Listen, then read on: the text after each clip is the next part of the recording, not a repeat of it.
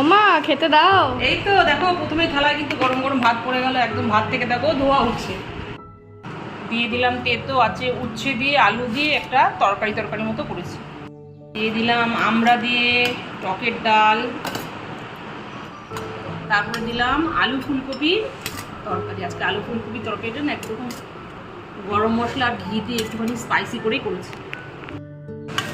তারপরে দিয়ে দিলাম কাতলা মাছ, কাতলা মাছের লেজের দিক দিয়ে গেছিলো, ঝোল করেছি। আজকে এই মাছের ঝোলের মধ্যে না আলু দিইনি।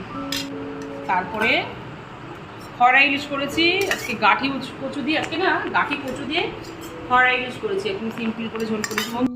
বন্ধুরা জানো তো এই মাছটা না অনেকটা ইলিশ মাছের মধ্যে কিন্তু খেতে লাগে, আর এই মাছটা ইলিশ মাছের মধ্যে কিন্তু সিম্পলভাবে রান্না করতে হয়। তারপরে গেল টকের ডাল, তারপরে দিলাম আলু ফুলকপির তরকারি, তারপরে দিলাম গাঠি কচু দিয়ে খয়রা ইলিশ মাছের একদম সিম্পল ঝোল, আর সব শেষে দিয়ে দিলাম কাতলা মাছ। আজকে কাতলা মাছে কিন্তু আলু দিই নাও। আজকে দুপুরবেলাকার চমৎকার সব মেনু, সব মেনুগুলো বেড়ে দিয়েছি, নাও চটপট শুরু করো তাড়াতাড়ি।